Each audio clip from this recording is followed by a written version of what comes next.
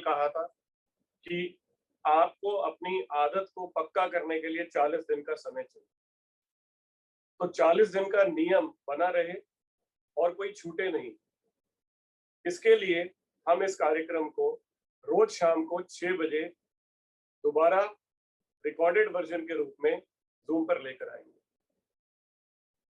तो ये अगर कोई व्यक्ति ऐसा है जो किसी भी कारणवश सुबह ट्रेनिंग नहीं अटेंड कर पाया, इस सेशन को नहीं अटेंड कर पाया, तो शाम को उसे अपॉर्चुनिटी मिलेगी कि वो इसे जरूर अटेंड कर ले। और जैसे बहुत सारे लोग थे जिनसे मेरी बात हुई, जिनमें से आलोक भी है, तो आलोक ने बताया कि उसने सुबह भी इस कार्यक्रम को अटेंड किया था और शाम को फिर दोबारा उसे उसने अटेंड किया। आप कुछ कहना चाह रहे हैं? अच्छा, आपने भी दोनों बार अटेंड किया था, सुबह और शाम। Okay, right. तो ये कार्यक्रम अगर हमारा कोई साथी किसी वजह से नहीं अटेंड कर पाया, तो ये शाम को 6 बजे इसलिए चलाया जा रहा है क्योंकि नियम नहीं टूटना चाहिए। आदत बनाने के लिए यदि आप जीवन भर, जैसे मैंने कल कहा था, खुश रहना चाहते हैं, तो खुश रहना एक परिस्थिति है, एक बेसिकली आपका थॉट ऑफ माइंड है, एक पैटर्न है जो डेवलप करने में आपको 40 दिन का समय चाहिए। तो ये 40 दिन नियम के साथ इस आदत को बनाए रखने के लिए एक तो ये हम कर रहे हैं, जो हम शाम को भी इस कार्यक्रम को लेके चलेंगे। इसके साथ साथ जैसे बहुत सारे पार्टिसिपेंट्स कल नहीं एंटर कर पाए थे, तो हम ये भी प्रयास कर रहे हैं कि आज शाम तक हम कुछ ऐसा अरेंजमेंट कर रहे हैं जिसकी वजह से करीब करीब हम 1000 के आसपास और लोगों को ज्वाइन कराने का जो प्रोविजन है वो लेकर आ रहे हैं। इसके साथ साथ ये भी देख रहे हैं कि अगर हम इस कार्यक्रम को YouTube पे ले आते हैं, जिससे बहुत सारे लोग इसे अटेंड कर पाएंगे, जिसकी कोई लिमिट नहीं रहेगी, तो हम उस ओर भी जा रहे हैं ताकि मैक्सिमम लोग ग्लेस परिवार के और उसके अलावा जो आपके साथी हैं, जो आपके मित्र हैं, दोस्त हैं, नियर एंड डियर वंस हैं, जिनको आपको लगता है कि इस कार्यक्रम की जरूरत है या जिनको आप ये शेयर करना चाहते हैं, वो लोग भी इस कार्यक्रम के माध्यम से आपके साथ जुड़ सकते हैं। तो ये 2 अनाउंसमेंट है जो मैं आपके साथ करना चाहता था। और इसके साथ साथ मैं आज की बात अपनी शुरू करूं तो उससे पहले मैं उन सभी लोगों को थैंक यू कहना चाहता हूं, उनका आभार व्यक्त करना चाहता हूं जिन लोगों ने इस कार्यक्रम को सफल बनाने में योगदान दिया है, जिसमें कि नवीन है, आशीष है, स्वीटी है, पूरी टीम है जो पीछे इस समय काम कर रही है, जो लोग जूम के ऊपर कोऑर्डिनेट करते हैं। बहुत सारे ऐसे लोग हैं, यदि मैं किसी का नाम बोला तो क्षमा चाहता हूँ। उधर से आपके सामने स्क्रीन पर ओम श्री जी मौजूद हैं, चेतन सर हैं, संजीव सर हैं, कुश है, और वो एक एक व्यक्ति जिसने इस कार्यक्रम को सफल बनाया, और सबसे ऊपर परमपिता परमेश्वर, ऊपर वाला, जिसके आशीर्वाद से हम इस कार्यक्रम को कर रहे हैं। तो सबका बहुत बहुत धन्यवाद, थैंक यू वेरी मच। तो मैं चाहूंगा नवीन और आशीष आप पीपीटी प्ले करें ताकि हम आज की बात शुरू कर सकें। तो मैं इसलिए एक छोटा सा पार्ट कल का रिकैप करूंगा। उस रिकैप के अंदर बहुत जल्दी मैं 5 मिनट के अंदर कल वाले जो पॉइंट्स हैं उनको कवर करता हूं, ताकि हम एक बार फिर से उस चीज से निकल जाएं, उस जगह पर, उस अवस्था में आ जाए, ताकि हम आगे का सेशन शुरू करें। तो पहले हम रिकैप कर लेते हैं। कल मैंने बात शुरू की थी दोस्तों एक महत्वपूर्ण सवाल से कि हमारा ध्यान और हमारी ऊर्जा कहाँ पर होनी चाहिए। अक्सर यह होता है कि जो भी घटनाएं हमारे आसपास चल रही होती हैं, हमारा ध्यान और हमारी ऊर्जा उन पर होती है। जैसे आज जो हमारे मौजूदा हालात चल रहे हैं, जो महामारी चल रही है, जब हम उसके बारे में सुनते हैं, जानते हैं, तो हमारा ध्यान, हमारी ऊर्जा उस ओर केंद्रित हो जाती है, जिसकी वजह से हम परेशान हो जाते हैं। लेकिन जीवन में यदि आप खुश रहना चाहते हैं तो आपको अपना ध्यान और अपनी ऊर्जा वहां लगानी है जो हम चाहते हैं, जो वास्तविकता, जो रियलिटी हम चाहते हैं हो, हमें अपना सारे ध्यान और ऊर्जा उस पर लगानी चाहिए। नेक्स्ट, और उसके साथ साथ मैंने आपको कहा था कि हमेशा खुश रहने का जो एक आसान फॉर्मूला है वो इतना सिंपल है कि आपकी जिंदगी आपके विचारों को नहीं बनाएगी, बल्कि आपके विचार आपकी जिंदगी को बनाएंगे। तो जो आप सोचते हैं, जो आपके मन में विचार चलते हैं, वो आपके आने वाले कल को बनाने वाले हैं। Your thoughts will create your life. Next, तो यहाँ पर जब मैं कहता हूँ आपके थॉट्स आपकी लाइफ बनाएंगे, तो सबसे इंपॉर्टेंट कौन है यहाँ पर? आप सबसे इंपॉर्टेंट है दोस्तों। क्योंकि इस संपूर्ण ब्रह्मांड में सबसे ज्यादा महत्वपूर्ण बातचीत यदि आप किसी से करते हैं तो अपने आप से करते हैं। और आपका ब्रह्मांड है कौन? आपके ब्रह्मांड में, आपके यूनिवर्स में सबसे पहले आपका शरीर आता है, आपके सारे रिश्ते आते हैं, आपका काम आता है, जो आप कर रहे हैं, जो व्यापार आप करते हैं, इनसे जुड़े हुआ एक एक फैसला आप कहाँ लेते हैं? आप अपने मन में लेते हैं, अपने आप से बात करके लेते हैं। तो आपको बहुत ज्यादा सतर्क रहने की जरूरत है जो बात आप अपने आप से करते हैं, क्योंकि अपने आप से की हुई बात के ऊपर ही आपका जीवन आधारित होता है। तो you have to be very very mindful, you have to be very very vigilant what you speak with yourself. आप अपने आप से क्या बात करते हैं, राइट? आपका शरीर है, जैसे मैंने कल भी एग्जांपल दिया था कि आप ये सोचते हैं कि मुझे एक्सरसाइज करनी है, अपने शरीर को फिट रखना है, अपने रिश्तों को मधुर रखना है, अपने काम में तरक्की करनी है, ये सारा कुछ आपके मन में चलता है। तो आपको हमेशा अपने मन से बात करते हुए बहुत ज्यादा सतर्क रहने की जरूरत है। और वो सतर्क रहने का तरीका है मेडिटेशन, वो सतर्क रहने का तरीका है ध्यान, जिसके जरिए आप ये पॉसिबल करते हैं। नेक्स्ट, उसके साथ साथ मैंने आपसे कहा था कि समय अच्छा है या बुरा है, ये आपकी सोच पर निर्भर करता है। क्योंकि यदि आपके आसपास बाहर सब कुछ बहुत अच्छा है, लेकिन आपका मन शांत नहीं है, आप मन में अच्छा फील नहीं कर रहे हैं, तो आप ये कह सकते हैं कि वक्त बुरा है। लेकिन अगर आपके आसपास कुछ भी अच्छा नहीं चल रहा, लेकिन अगर आपके मन में शांति है, संतुष्टि है, धैर्य है, तो आप ये कह सकते हैं कि वक्त बहुत अच्छा चल रहा है। इसलिए मैंने ये वाली बात कही थी कि आर्थिक स्थिति कितनी भी अच्छी हो, जीवन का सही आनंद लेने के लिए आपकी मानसिक स्थिति का अच्छा होना जरूरी है। जैसे मैंने कहा था कि जब शरीर में कष्ट होता है तो हम डॉक्टर के पास जाते हैं, लेकिन जब मन या आत्मा परेशान होती है, उसके लिए हमें अच्छे विचारों की जरूरत होती है, उसके लिए हम ईश्वर की ओर मुख करते हैं, उसके लिए हमें अच्छी कोई किताब या कोई ऐसी अच्छी जानकारी चाहिए होती है जो हमें ये रियलाइज करा सके कि एट द एंड हम एक ऊर्जा है। और इस दुनिया में जो ऊर्जा है उसमें सबसे ताकतवर अगर कोई ऊर्जा है तो वो आत्मिक ऊर्जा है। The most powerful energy is the soul energy, आत्मिक ऊर्जा। और क्या मैंने आपसे कहा था कि आपने कभी आत्मिक ऊर्जा की ताकत को महसूस किया है? तो वहां मैंने कुछ उदाहरण दिए थे कि अगर आपने कुछ सोचा और वो पूरा हो गया, ऐसा बहुत कुछ हम लोगों के साथ हुआ। जैसे कि उदाहरण के लिए, आपने सोचा कि आज मैं निकल रहा हूँ घर से तो बारिश रुक जाए, और बारिश रुक गई। मुझे ये ट्रेन मिल जाए, आज ट्रेन मिल जाती है। इंडिया मैच जीत जाए, मैं जब चलूं तो सड़कें खाली हो, मैं परीक्षा में पास हो जाऊं। ऐसा कई बार आपने मैनिफेस्ट किया और आपके मैनिफेस्ट करते ही वो पूरा हो गया। तो आपको लगता है कि यार ये वाकई में कमाल है, ये चमत्कार है। अब सवाल ये है, जब एक व्यक्ति की आत्मिक ऊर्जा ये काम कर सकती है, तो जब इतनी सारी आत्माएं, इतने सारे मन एक साथ एकाग्र होके एक विचार को मैनिफेस्ट करेंगे कलेक्टिव कॉन्शियसनेस के साथ, तो क्या चमत्कार हो सकता है? सब कुछ मुमकिन हो सकता है। पूरे का पूरा ग्लेस परिवार की आत्मिक शक्ति अगर एकत्रित होके सबके मंगल की बात करे, सबके अच्छे स्वास्थ्य की बात करे, सबकी सफलता की बात करे, तो ये 100% मुमकिन है। इसलिए मैंने आखिर में कहा था कि आपके पास दो विकल्प हैं। पहला, आप मौजूदा हालातों पर ध्यान केंद्रित कर सकते हैं, या दूसरा, आप जो चाहें या आपको जो चाहिए आप उस पर ध्यान केंद्रित कर सकते हैं। तो आप में से अधिकतर लोगों ने कहा था कि हमेशा हमें अपना ध्यान और अपनी ऊर्जा वहां केंद्रित करनी चाहिए जो रियलिटी हम चाहते हैं, यानी कि हमें जीवन में जो चाहिए। नेक्स्ट, उसके बाद मैंने कहा था यदि आप अपने जीवन में कोई भी आदत को डेवलप करना चाहते हैं तो उसे बनाने के लिए आपको लगातार 40 दिन का समय चाहिए। यानी किसी भी चीज को एक आध्यात्मिक आदत बनने के लिए 40 दिन का समय लगता है, जिसमें मैंने कहा था कि 20 दिन पुरानी आदत को हटाने में और 20 दिन नई आदत को बनाने में। तो यदि आप किसी भी एक चीज को फोकस करते हैं और उसको 40 दिन लगातार करते हैं तो वो आपके जीवन का हिस्सा बन जाता है। उसके बाद मैंने ये आह्वान किया था आप सबको कि आइए मिलकर एक साथ 40 दिन एक नई आदत डेवलप करें, जहां हम सबके मंगल की बात करें, जहां हम हमेशा ये सोचें कि हमें क्या चाहिए, जहां हम मिलकर एक ऐसी दुनिया क्रिएट करें जहां सब लोग खुश हों, स्वस्थ हों, व्यस्त हों और मस्त हों। तो इसको लेकर आप सबने एक साथ मिलकर, हम सब ने मिलकर एक साथ मेडिटेशन किया था।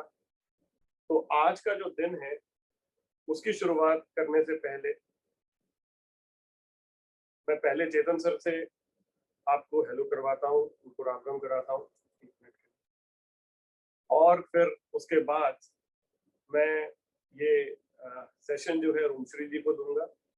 वो मेडिटेशन जो है हम लोगों को साथ मिलकर कराएंगे, अपने कुछ विचार हम हमारे साथ शेयर करेंगी और फिर उसके बाद आगे की बातचीत में करेंगे। तो दोस्तों मिलते हैं चेतन सर से।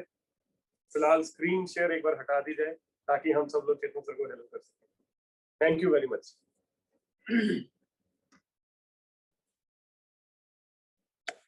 सभी गैलवियन को मेरा हाथ जोड़कर नमस्कार, राम राम, सत श्री अकाल, अस्सलाम वालेकुम, जय यीशु, जय भारत, जय गैलवियन। ये जो बहुत खूबसूरत कार्यक्रम चल रहा है अभिषेक अपना सरबजीत जी की, रोमश्री जी की अध्यक्षता में, और मैं बड़ा बड़भागी हूँ कि मैं इसका हिस्सा हूँ और आपके सभी के साथ जितनी ईमानदारी से, जितने गंभीरता से आप सब लोग इस कार्यक्रम को ले रहे हैं, मैं भी ले रहा हूँ, क्योंकि ये शक्ति सबसे बड़ी शक्ति है, ये ताकत सबसे बड़ी ताकत है और यही ताकत ने हमें आज तक यहाँ पहुंचाया है। तो आप से मेरा निवेदन है, बड़े भाई होने के नाते, छोटे भाई होने के नाते, दोस्त के नाते, भाई होने के नाते, मित्र होने के नाते, कि हम पर विश्वास करें। ये चीज काम करती है और बहुत अच्छे से काम करती है। मैं अभी अपना सरबजीत जी को बोलूंगा कि वो अपना सेशन आगे कंटिन्यू करें, क्योंकि वो बहुत ही कमाल और बहुत अच्छा बोल रहे हैं। कल रोमश्री ने बहुत अच्छी मेडिटेशन कराई थी, मैं उनको बधाई देना चाहता हूँ और मैं आप सबको भी बधाई देना चाहता हूँ कि आप बड़े बड़भागी हैं। जो भी लोग इस सेशन का हिस्सा हैं, आपको इसके परिणाम जरूर दिखाई देंगे। तो मैं सरबजीत जी को हैंड ओवर करता हूँ, वो इस पे बात करेंगे। उसके बाद मैं अपना भी कुछ एडिशन दूंगा, जो मेरे को भी विधाता उस समय जो समझ देगा, उस समझ के हिसाब से मैं भी अपनी बात रखूंगा। धन्यवाद। Thank you sir, thank you very much. तो रोमश्री जी, मैं आपसे निवेदन करूंगा कि आप हम सब लोगों के साथ अपने विचार शेयर करें और हम सबको एक साथ मिलकर मेडिटेशन कराएं। Thank you very much. जी thank you Sarabjit ji, thank you Chetan ji. सबसे पहले तो आप सभी लोगों का बहुत बहुत धन्यवाद। कल भी मेरी सरबजीत जी से बात हो रही थी और मैं कह रही थी कि मेरे पास शब्द नहीं है बताने के लिए कि मुझे कैसा एक्सपीरियंस हो रहा है इस वक्त, क्योंकि हमारी जो लिमिटेड बुद्धि है वो एक सीमा तक सोच सकती है, उसके परे शायद नहीं सोच सकती है।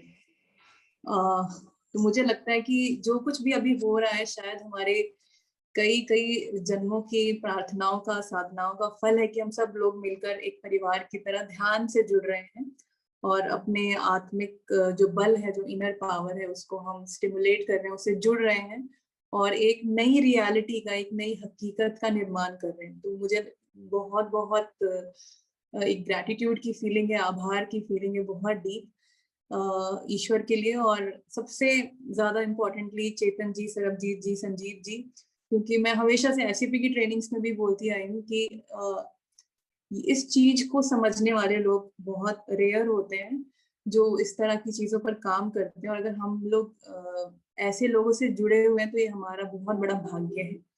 तो ये हम सब लोगों को याद रखना चाहिए और इसकी वैल्यू मैं हर रोज करती हूँ। और मुझे लगता है कि जब ये जीवन छूटेगा तो ये सबसे बड़ा धन है जो हम अपने साथ लेकर जाएंगे। तो अभी जो हम कर रहे हैं ये 40 दिन, हम एक हकीकत का निर्माण कर रहे हैं और यहाँ पर इस जीवन में जितनी मुझे समझ है, मुझे लगता है हम जितने भी ह्यूमन बीइंग्स हैं, मानव हैं, हम सिर्फ एक ही चीज कर सकते हैं, वो है क्रिएशन। बाकी सब कुछ टेम्परेरी है। अगर आप आज से एक हफ्ते पहले की अपनी मन की स्थिति देखें या शरीर की स्थिति देखें तो वो अब कहाँ है। अगर आप सोचें कि आप अप्रैल में क्या सोच रहे थे या मार्च में क्या सोच रहे थे, तो वो अब कहीं पर भी एग्जिस्ट नहीं करती वो सारी चीजें। यानी हर चीज गुजर जाती है, पर एक चीज है जो कभी नहीं बदलती, वो ये दैट वी क्रिएट, हम यहाँ सृजन करने के लिए हैं। तो आज हम फिर से जाएंगे उस स्टेट में जहाँ सृजन करना, निर्माण करना बहुत आसान हो जाता है, क्योंकि हमारी ऊर्जाएं फोकस्ड होती है, जैसा हमने कल किया था थीटा मेडिटेशन। और उसके लाभ भी बताए थे कि शारीरिक रूप से आपकी इम्यूनिटी भी उससे बूस्ट होती है, क्योंकि शरीर में जो अच्छे हार्मोन्स हैं, हैप्पी हार्मोन्स हैं, जो आपकी इम्यूनिटी को, आपकी प्रतिरोधक क्षमता को बूस्ट करते हैं, वो उस अवस्था में आपके शरीर में उत्पन्न होते हैं। और आपके शरीर में जितनी भी बॉडी को हीलिंग की जरूरत होती है स्वाभाविक, वो करते हैं। साथ ही साथ आपकी ऊर्जा जब आप ऊपर की ओर खींचते हैं इस ध्यान में, तो सचमुच ऊपर की ओर उठती है। वो बहुत गहरा विज्ञान है, वो शायद आगे कभी थोड़ा थोड़ा बात करेंगे उसके बारे में। पर हाँ, चाहे आपका इससे पहला अनुभव है या नहीं है, कोई भी इसे कर सकता है। एक और चीज जो मैं बोलना चाहती हूँ वो ये कि जब भी हम समृद्धि, अबंडेंस, प्रॉस्पेरिटी, धन, किसी भी तरह का धन, चाहे वो हमारा प्रसन्नता हो, स्वास्थ्य हो, या सांसारिक जो चीजें हमारी, जो हमारे को फुलफिल करती हैं, जब उन चीजों को हम पाना चाहते हैं, तो एक बेसिक चीज है जिसके बिना वो नहीं हो सकता, और वो हमें याद रखना चाहिए, और वो है वर्च्यूज, या हिंदी में जिसे बोलते हैं ईश्वरीय गुण। ईश्वरीय गुण जो उच्च गुण है, हायर क्वालिटीज हैं, उसको अगर आप साइंटिफिक वैज्ञानिक भाषा में समझना चाहें तो वो सारी भावनाएं जो आपको हल्की हल्की फील होती है, उनका वजन जो है वो बहुत हल्का होता है। जैसे फॉरगिवनेस, क्षमा का गुण, जैसे धैर्य का गुण, जैसे चेतन जी हमेशा याद दिलाते हैं दान देने का गुण।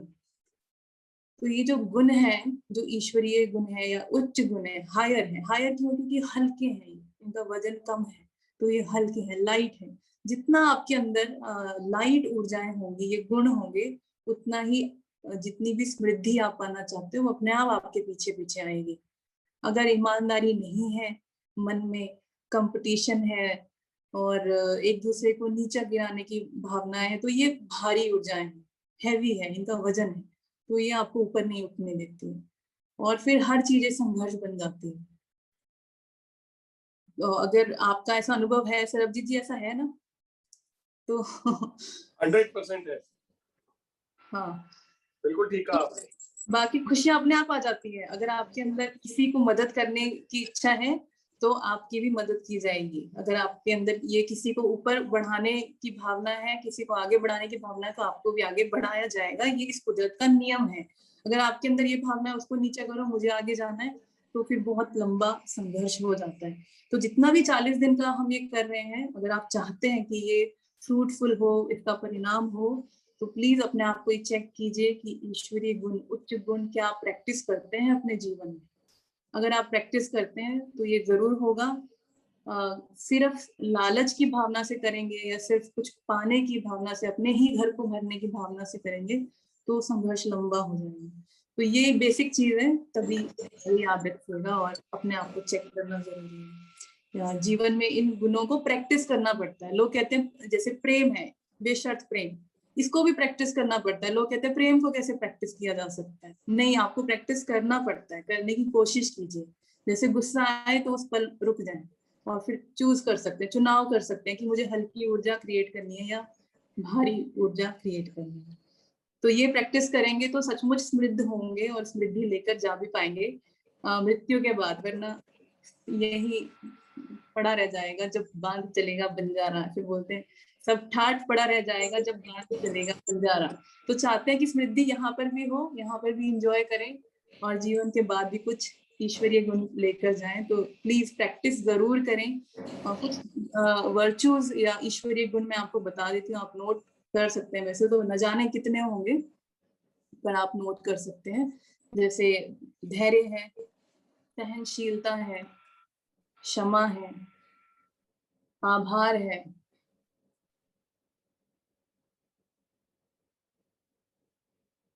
गिविंग है यानी देना, शेयरिंग। तो चलिए तो कर लेते हैं मेडिटेशन। आप आराम से बैठ जाएं और कोशिश करें कि आपकी रीढ़ की हड्डी सीधी हो। आराम से बैठ जाएं, रीढ़ की हड्डी सीधी, गर्दन सीधी, आंखें बंद। मुंह बंद, और अपने पास लौट कर आए। ऐसा संकल्प लें कि आप थोड़ी देर के लिए अपने साथ हो जाएं।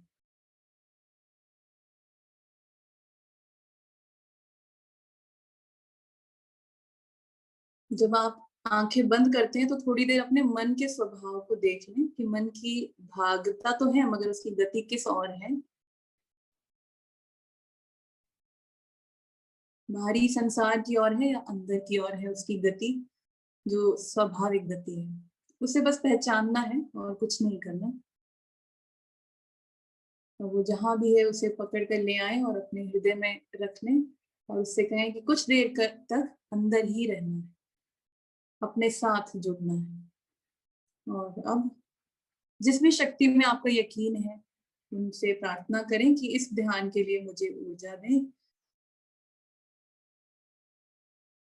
मेरा मार्गदर्शन करें, मेरी ऊर्जाओं को सहयोग करें और अपने पास आ जाएं। 3 गहरी सांसें, नाक से अंदर और मुंह से बाहर। गहरी सांस नाक से अंदर लें, पॉजिटिव ऊर्जा अंदर, और मुंह से बाहर। सारा प्रकाश अंदर और सारा अंधकार बाहर।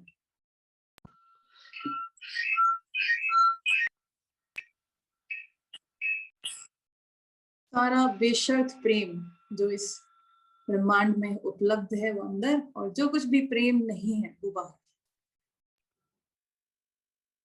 धीरे धीरे सामान्य सांसों की ओर आते हैं, नॉर्मल ब्रीदिंग।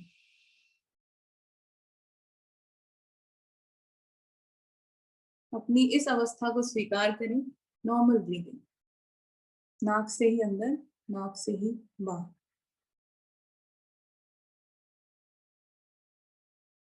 और अब अपनी पूरी ऊर्जाओं को अपने हृदय चक्र में ले आए, सेंटर ऑफ द चेस्ट, हृदय चक्र। आप अपनी ऊर्जाओं को हृदय चक्र में महसूस करते हुए ऊर्जाओं को धरती की ओर लेकर जाएं, नीचे की ओर, डाउनवर्ड्स। सभी चक्रों से गुजरते हुए पैरों में, यदि चक्रों का ज्ञान नहीं है तो कोई बात नहीं, पैरों में आ जाएं, पैरों से धरती में आप प्रवेश करेंगे, ऐसा आपको महसूस करना है। धरती में जो कुछ भी है उसे महसूस करें, मिट्टी को, बालू को, पानी को, इन सभी ऊर्जाओं को महसूस करते हुए धरती माँ के और अंदर 10 फीट नीचे चले जाएं। और वहां से जो कुछ भी पॉजिटिव है, धरती माँ की जो पॉजिटिव ऊर्जाएं हैं, जो उनका पोषण है, सहनशीलता है, धैर्य है, प्रेम है, पॉजिटिविटी है, उससे इकट्ठा करें और वापस आ जाएं अपने पैरों में। और इसे अपने दोनों पैरों में डिस्ट्रीब्यूट करते हुए, बांटते हुए ऊपर की ओर आए, अपनी रीढ़ की हड्डी में बांटते हुए शरीर के एक एक हिस्से में बांट दें और ऊर्जाओं को ऊपर की ओर खींचें, अपने गले में आ जाएं और ऊपर खींचें, अपने थर्ड आई में यानी अपने आईब्रोज के बीच में, और खींचें और खींचें, अपने सहस्त्रार, अपने क्राउन में आ जाएं, सिर के मध्य बिंदु में आ जाएं। पूरी ऊर्जाओं को खींचते हुए सिर के मध्य बिंदु से बाहर की ओर निकलें और अपने सिर के ठीक ऊपर एक ऊर्जा की बॉल का, गेंद का निर्माण करें जिसके अंदर आप हैं। ऐसी कल्पना करें और नोटिस करें कि इस बॉल का रंग क्या है। जो पहला रंग आपके मन में आए उसे एक्सेप्ट करें, इससे आपकी कल्पना शक्ति और मजबूत होगी। और ये बॉल आपको लेकर ऊपर की ओर जाएगी, छत को पार कर जाए, बिल्डिंग को पार कर जाए और ऊपर अपने आसपास के वातावरण को पार करें, अपने जीवन की कहानी को पार कर जाए और ऊपर और ऊपर।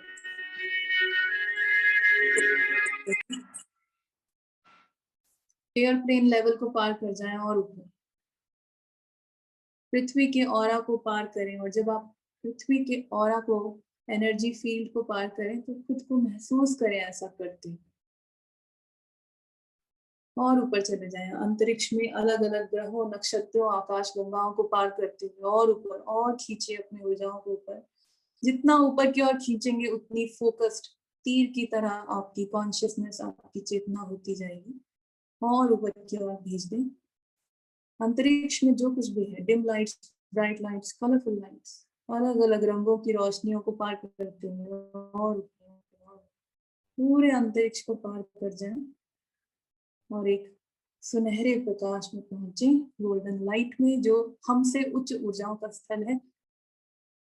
उनके प्रेम को, आशीर्वाद को, बुद्धिमत्ता को, उच्च ऊर्जाओं को महसूस करें, मगर रुके नहीं और ऊपर चले जाएं, और ऊपर और ऊपर और जेली की लेयर में एक जेली की तरह एक परत आएगी, उसमें प्रवेश करें और उसमें ये प्रकाश की बॉल घुल जाएगी, मेल्ट हो जाएगी और आप आराम से प्रकाश के रूप में ही दूसरी ओर निकल आएंगे, उस तल पर जहां अलग अलग आकार हैं, चिन्ह हैं, प्रतीक हैं।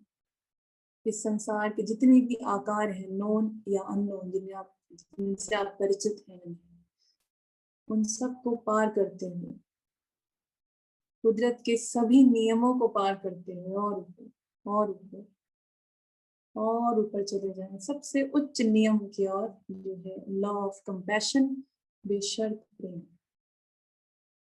जिसकी कल्पना आप एक गुलाबी रोशनी के रूप में कर सकते हैं। इसे अपने अंदर भरें, इनहेल।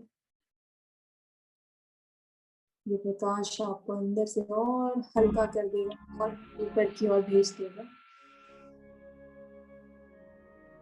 उस द्वार की ओर जो सृजक, क्रिएटर, ईश्वरीय ऊर्जा की ओर खुलता है, उस ऊर्जा की ओर जिससे सब कुछ बना है, the source of the sources, the light of creation. और ऊपर की ओर चले जाएं इसमें, तब तक जब तक कोई आकार ना बचे, कुछ भी ना बचे, सिर्फ और सिर्फ सफेद रोशनी। यदि कोई आकार या विचार आए तो रुके नहीं, और ऊपर और ऊपर और ऊपर ईश्वर से प्रार्थना करें, ईश्वर मुझे इस बार और ऊपर लेकर जाएं इस ध्यान की प्रक्रिया में, और ऊपर और ऊपर, तब तक जब तक कि सिर्फ और सिर्फ अनंत सफेद प्रकाश न रह जाए, इनफाइनाइट व्हाइट लाइट, जिसका कोई अंत नहीं है, कोई शेप नहीं। यहाँ पर ऐसे घुल जाएं, एटमाइज हो जाएं, जैसे चीनी दूध में घुल जाती है, जैसे नदी सागर में मिल जाती है। बिकम वन विद क्रिएटर, एक हो जाए क्रिएटर की लाइट में, और इस वननेस को, इस एक होने की ये एहसास को महसूस करें। कोई अलगाव नहीं है। और यहाँ पर हम ये प्रार्थना करेंगे, कमांड करेंगे या रिक्वेस्ट करेंगे, पूरे विश्वास के साथ और पूरे फोकस के साथ, मैं ईश्वर के प्रकाश को साक्षी मानकर संपूर्ण ब्रह्मांड में ये घोषणा करता हूँ या करती हूँ कि मैं पूरी तरह से स्वस्थ, समृद्ध, सुरक्षित और सकारात्मक ऊर्जा से भरा हूँ। मैं जीवन में ग्लेज के साथ नित नई सफलता की ऊंचाइयों को पा रहा हूँ। मेरी समृद्धि, स्वास्थ्य, लाभ और खुशियों का स्रोत ईश्वर ही है। मैं अनंत ऊर्जा, स्वास्थ्य, सफलता और समृद्धि का स्वागत करता हूँ और इस सब का सदुपयोग करने वाली बुद्धि का भी स्वागत करता हूँ। मैं ईश्वर का आभारी हूँ और सभी उच्च गुणों को सीख रहा हूँ। मैं मन, वचन, कर्म, शरीर और आत्मा से संपन्नता, प्रसन्नता, स्वास्थ्य और उच्च ऊर्जाओं को निरंतर ग्रहण कर रहा हूँ। मैं अपने परिवार और ग्लेज के साथ एक अद्भुत, स्वस्थ, समृद्ध, सकारात्मक, ऊर्जावान, ईमानदार, सफल और उपलब्धिपूर्ण जीवन जी रहा हूँ। ये हो रहा है, ये हो रहा है, ये हो रहा है। धन्यवाद ईश्वर, मुझे दिखाएं। थोड़ी देर के लिए साक्षी भाव में आ जाएं और वहां पर सिर्फ देखें उस हकीकत को जो आप जीना चाहते हैं आज, और आगे जाएं। जो आपने कल चाहा उसके भी आगे चले जाएं। अपनी ऊर्जाओं को उच्चतम से उच्चतम संभावना की ओर ले जाएं। थोड़ी देर के लिए आप मेरी आवाज नहीं सुनेंगे, आप सिर्फ दृष्टा भाव से देखेंगे, महसूस करेंगे।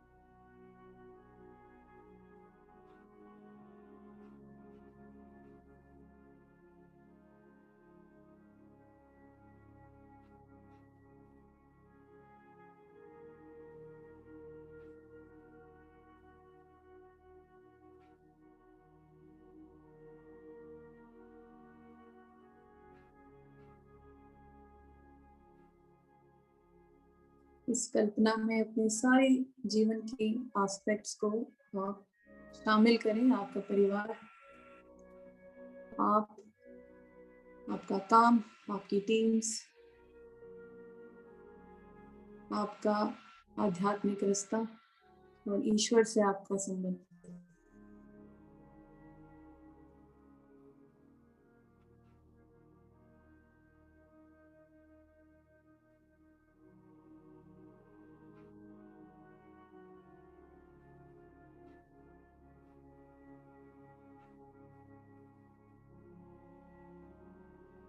कुछ मिनट और वहां पर उस जीवन को आपने जीना है जैसे ये हो चुका है। जब आप जिए तो देखें आपने क्या किस तरह के कपड़े पहने हैं, आप कहाँ हैं, किन लोगों के साथ रहते हैं, क्या किस तरह का खाना खा रहे हैं। पांचों इंद्रियों से उसे महसूस करना है।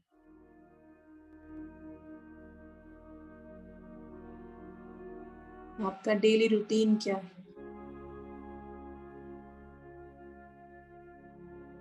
सॉलिड रियलिटी की तरह जीना है कुछ पलों के लिए।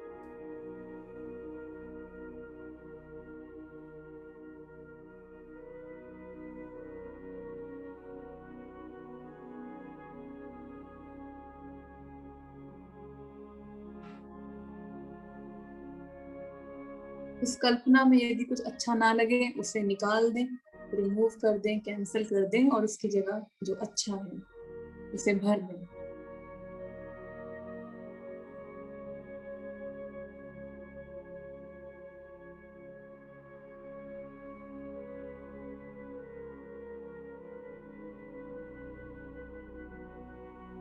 Very good. और अब ईश्वर से कहें धन्यवाद क्रिएटर उन सभी ऊर्जाओं के लिए जिन्होंने आज मुझे इस अनुभव से गुजारा। ये घटना घट चुकी है, ये हो चुका है, ये हो चुका है, ये हो चुका है, ये मेरी रियलिटी बन चुकी है।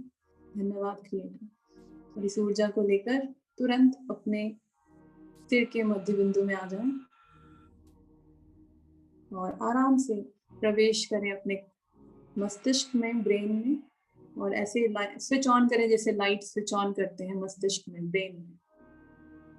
और अपने पूरे ब्रेन को प्रकाश से भरता हुआ देखें, मस्तिष्क को, चेहरे को, आंखों को, कानों को, गर्दन को, पूरे शरीर में फैल जाए इस प्रकाश को लेकर। एक एक सेल में, ब्लड वेसल्स में, खून में, हड्डियों में, हर एक फ्रेगमेंट में, हर एक चक्र में, हर एक ऊर्जा में। आप इस नई हकीकत को डिजर्व करते हो, आप इसके अधिकारी हो। ये अनुभव आपके लिए सुरक्षित होगा, सुरक्षित है, संभव है।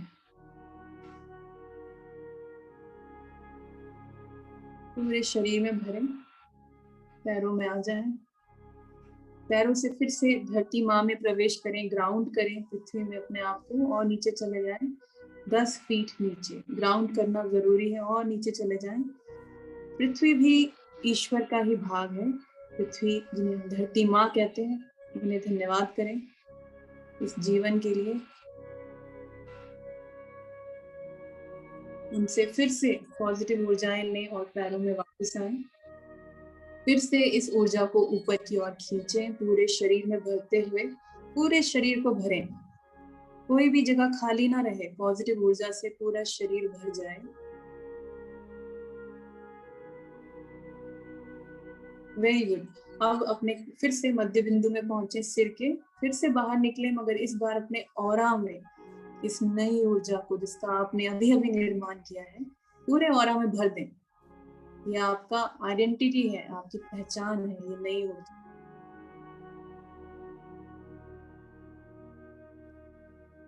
पूरे ऑरा में भरें और अब से जब भी कोई भी ऊर्जा आपके इस ऑरा को छुएगी तो सिर्फ और सिर्फ पॉजिटिव ऊर्जा में भर जाएगी।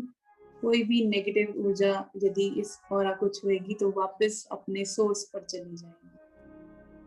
आप सिर्फ पॉजिटिव लोगों, पॉजिटिव अनुभवों और पॉजिटिव ऊर्जाओं को ही आकर्षित कर रहे हैं। ईश्वर का धन्यवाद करें और महसूस करें और आपका बंद है, प्रोटेक्टेड है, सुरक्षित है। और आंखें खोलने धीरे धीरे।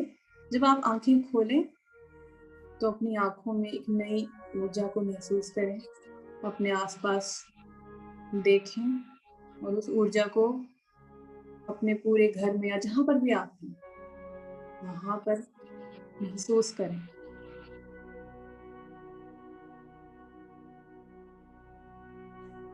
थोड़ा सा पानी पी लें ताकि जो आपने अभी अभी रचा वो आपके सेल्स में, आपके शरीर की एक एक कोशिका में रजिस्टर हो जाए। थोड़ा सा पानी में ये क्वालिटी है, गुण है कि वो रिकॉर्ड करता है।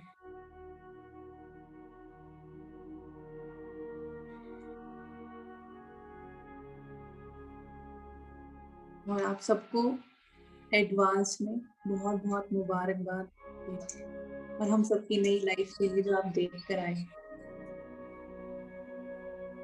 अगर कोई शेयर करना चाहता है तो करें। जब आप शेयर करते हो तो सबको यकीन होता है कि हाँ, हमने भी जो देखा उसका कुछ मतलब है।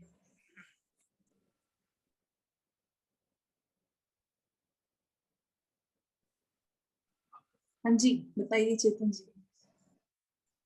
मैंने ग्लेज को एक चमकते हुए सूर्य की तरह देखा, जिसमें से प्रकाश निकल रहा था। पूरी पृथ्वी पे ग्लेज को देखा, जहां मैंने ग्लेज के हर डिस्ट्रीब्यूटर को एक टिमटिमाते दीपक की तरह देखा, उनको सुख से जीते हुए देखा, उनके जीवन में खुशियां देखी। मैंने देखा कि वो ज्ञान के भी दीपक बने हैं, तो दूसरों के जीवन को भी बदल रहे हैं और प्रकाश फैला रहे, लाइट फैला रहे। मैंने ग्लेज के साथ एक और अजीब चीज देखी।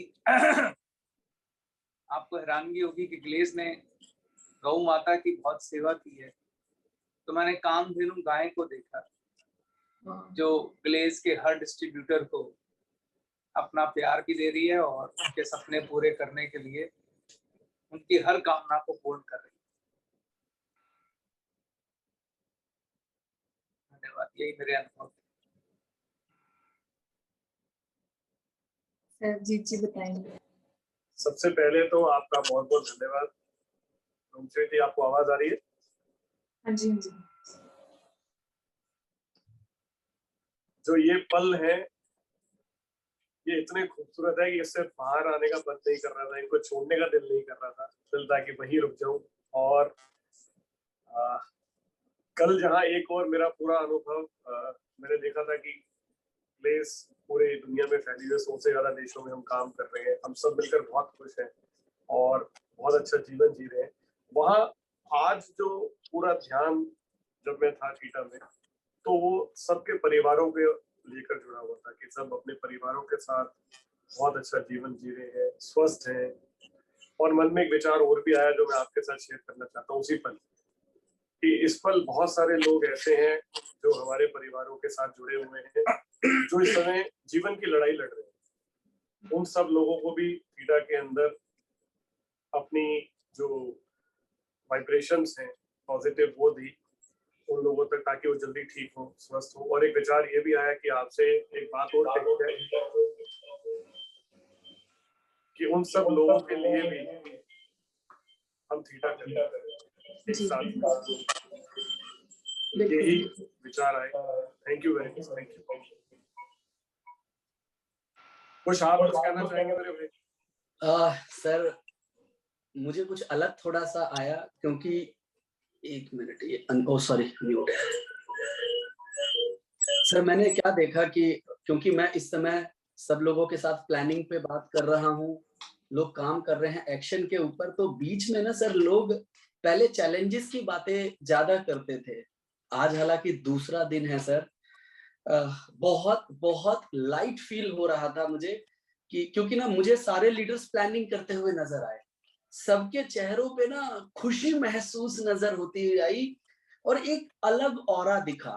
मैंने सिर्फ वहां ये देखा कि हम बहुत अच्छी प्लानिंग्स कर रहे हैं, बहुत अच्छे डिस्कशंस कर रहे हैं। जब मैम ने बोला जो एक्चुअली चाहिए वो विजुअलाइज करो, तो बाय डिफॉल्ट सर वहां पर ग्लेज के बड़े बड़े ऑफिसेज जो आज हमारे प्रेजेंट लीडर्स हैं जिन्हें हम जानते हैं, उनका एक अलग लाइफस्टाइल और बहुत सकारात्मक महसूस हुआ जो मैंने वहां पे जाके देखा।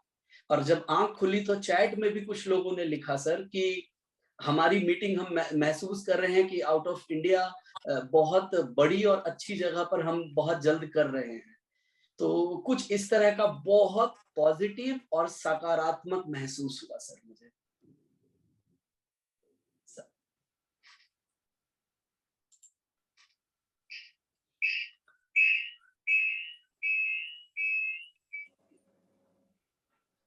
जी हाँ ओम जी। श्री।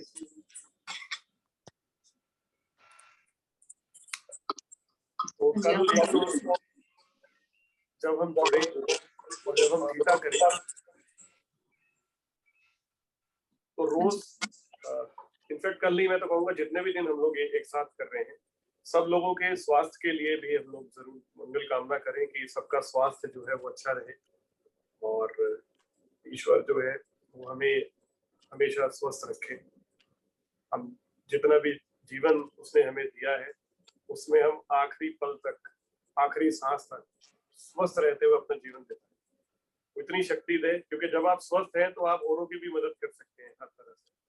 तो ईश्वर से यही कामना है कि वो हम सबको स्वस्थ रखे। बाकी आप बताएं।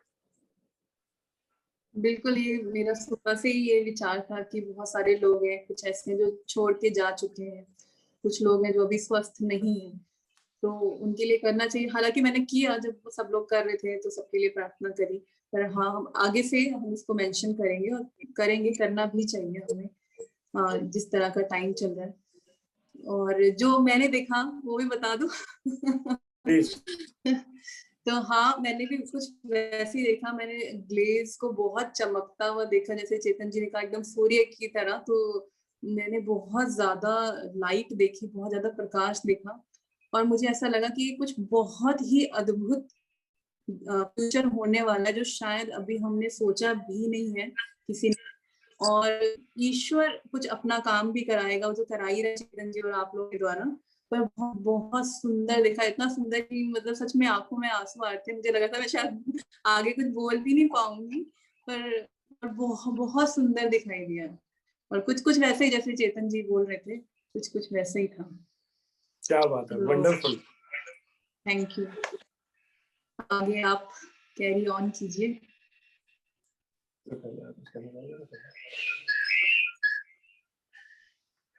एक बार फिर से हम सब की ओर से, ग्लेज के एक एक डिस्ट्रीब्यूटर की ओर से आपका बहुत बहुत धन्यवाद रूपश्री जी। आपने जो सबको ये थीटा मेडिटेशन कराया, ईश्वर आपको भी हमेशा खुश रखे, स्वस्थ रखे और हम इसी तरह से जो है एक साथ मिलकर आगे बढ़े। Thank you so much. Thank you. अब मैं नवीन और आशीष से कहूंगा कि आप पीपीटी शेयर करें ताकि मैं आगे की बात कर सकूं। तो दोस्तों चलिए आज अब दूसरे दिन की बात करते हैं। आज रोमश्री जी ने शुरू में जो बात कही उसमें उन्होंने एक शब्द को बार बार दोहराया और वो शब्द है गुण। तो आज की जो मेरी बात है वो गुणों से ही जुड़ी हुई है। हालांकि गुण के ऊपर मैं चाहूंगा किसी दिन चेतन सर जो है हम सब लोगों से डिटेल में जरूर बात करें, क्योंकि गुण एक बहुत अपने आप में बहुत बड़ा टॉपिक है। और चेतन सर के पास जो ज्ञान है, जब आप गुण को लेके उनकी बात सुनेंगे तो आपको एक नई परिभाषा पता लगेगी गुण की। तो चेतन सर, आपसे रिक्वेस्ट है, जब भी आपके पास मौका लगे, समय हो, तो आप जरूर बात करें गुण को लेके। तो मैं आपको आज बहुत शॉर्ट में अगले मुश्किल से 10-15 मिनट में आपको एक्सप्लेन करता हूँ कुछ एग्जांपल्स के साथ। तो पीपीटी को आगे बढ़ाएं। जैसे कि दोस्तों हम बात करते हैं, जरा सोच के देखिए। अच्छा, ओके, ये कल वाली बात ही थी जो मैंने लिखी थी, कल की बात से ही जुड़ी हुई है ये बात। अपने आप से अगर आप ये सवाल करें, कितना सोचता हूं मैं, कितना सोचता हूं मैं, लेकिन मैं क्या सोच रहा हूं, क्या ये सोचता हूं मैं? यानी कि आपको हर पल अपने आप से ये सवाल जरूर करना चाहिए कि मैं क्या सोच रहा हूं, क्या ये सोचता हूं मैं? ये चीज आपको लगातार अवेयरनेस में लेकर आएगी। आप अपने थॉट्स को लिंक 1 पे सर लोग बोल रहे हैं आवाज नहीं आ रही है, कई लोग Okay. लिख रहे हैं लिंक 1। यहाँ से तो दोनों ही ऑन है कुछ। सर फिर मैं बाकी लोगों को बोलूंगा, उनके यहाँ नेटवर्क का चैलेंज होगा कि कुछ लोग कह रहे हैं आ रही है आवाज, तो बाकी लोग प्लीज अपना नेटवर्क भी चेक करें प्लीज सर। ओके, क्या आपको क्लियर है कुछ आवाज? बिल्कुल क्लियर है सर मुझे दोनों प्लेटफॉर्म पे। ओके, तो ये आप चाहे तो लिख भी लीजिए ये वाली बात, क्योंकि ये बात आपको लगातार स्टेट ऑफ अवेयरनेस में रखेगी। क्योंकि जीवन में हर पल हम लोग कितना कुछ सोचते हैं, कितने विचार हमारे मन में आते हैं, कितने जाते हैं। तो आप अपने आप से सवाल कर रहे हैं कि कितना सोचता हूं मैं, लेकिन मैं क्या सोच रहा हूं, क्या ये सोचता हूं मैं? तो ये चीज आपको हमेशा एक अवेयरनेस की स्टेट में रखेगी। आगे चलते हैं। फूल का जो मुख्य गुण है दोस्तों, वो है खुशबू देना। इस बात का फूल को कोई फर्क नहीं पड़ता कि आप फूलों का एक हार किसी के गले में पहनाते हैं, चाहे आप उसे एक हार बनाकर किसी को पहनाएं, चाहे आप उसे किसी की चिता पर सजाएं, लेकिन फूल तो फूल ही है और उसका जो मुख्य गुण है वो खुशबू देना है। फूल कभी अपना मुख्य गुण नहीं छोड़ता, परिस्थिति कुछ भी हो। उसी प्रकार बिच्छू, उसका जो मुख्य गुण है वो है डंक मारना, चाहे वो जंगल में हो, फिर चाहे वो पानी में हो। उसका जो स्वभाव है, उसका जो धर्म है, उसका जो मुख्य गुण है वो है डंक मारना। तो प्रकृति ने हम सबको बहुत सारे गुणों से नवाजा है, बहुत सारे गुण हम सबको दिए हैं। उसी प्रकार जैसे मैंने कल कहा था कि हम सब एट द कोर एक आत्मा है, और जो आत्मा का मुख्य गुण है वो है प्रेम, सिर्फ प्रेम। जब आप प्रेम की बात करते हैं तो प्रेम के साथ सब कुछ आ जाता है दोस्तों। The sole purpose of the soul is to be happy. जो आत्मा है उसका जो मुख्य गुण है वो खुश रहना है। उसका जो काम है, जो मुख्य गुण है वो प्रेम है दोस्तों।